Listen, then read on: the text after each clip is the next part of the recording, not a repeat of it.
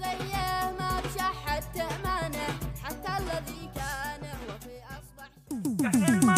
يا أهل المظاهر يا النفوس الحيينة، يا أهل التباهي بالفلوس والمغريات، هذا كلامي ومن سمعني يخزينه، في وسط عقله يطرحه في المعجزات. في الوقت ذيه ما بشحت تأمانه حتى الذي كان وفي أصبح شامت.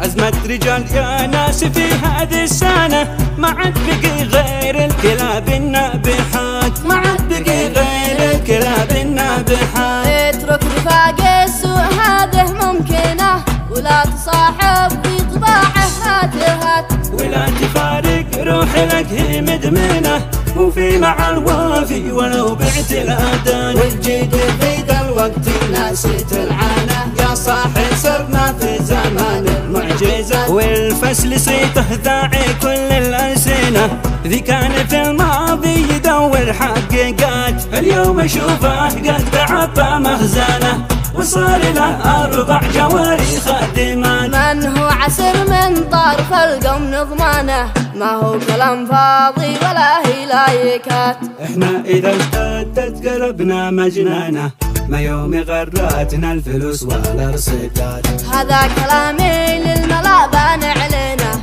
ما يحسنوا بالظن الا في الممات. واحفظ كلامك قبل ما حد يلعنه، ولا تكون مثل الخروف بعد البنات، ولا تخلي شهوتك متهيمنه على ضميرك والمشاعر والصفات. يا من سمعني اذا كلامي يخزنه، يفهم حروفي في الهجوس والقافيات،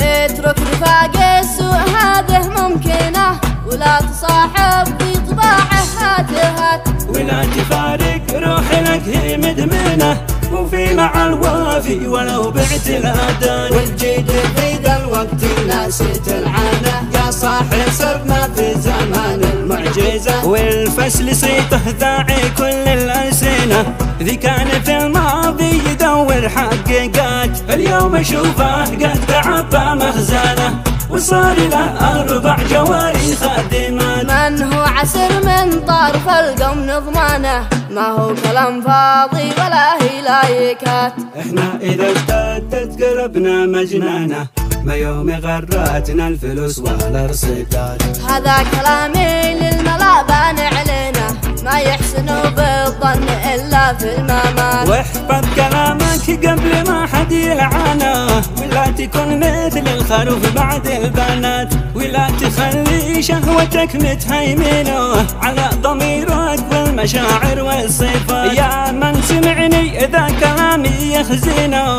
يفهم حروفي في الهجوس والقافيات.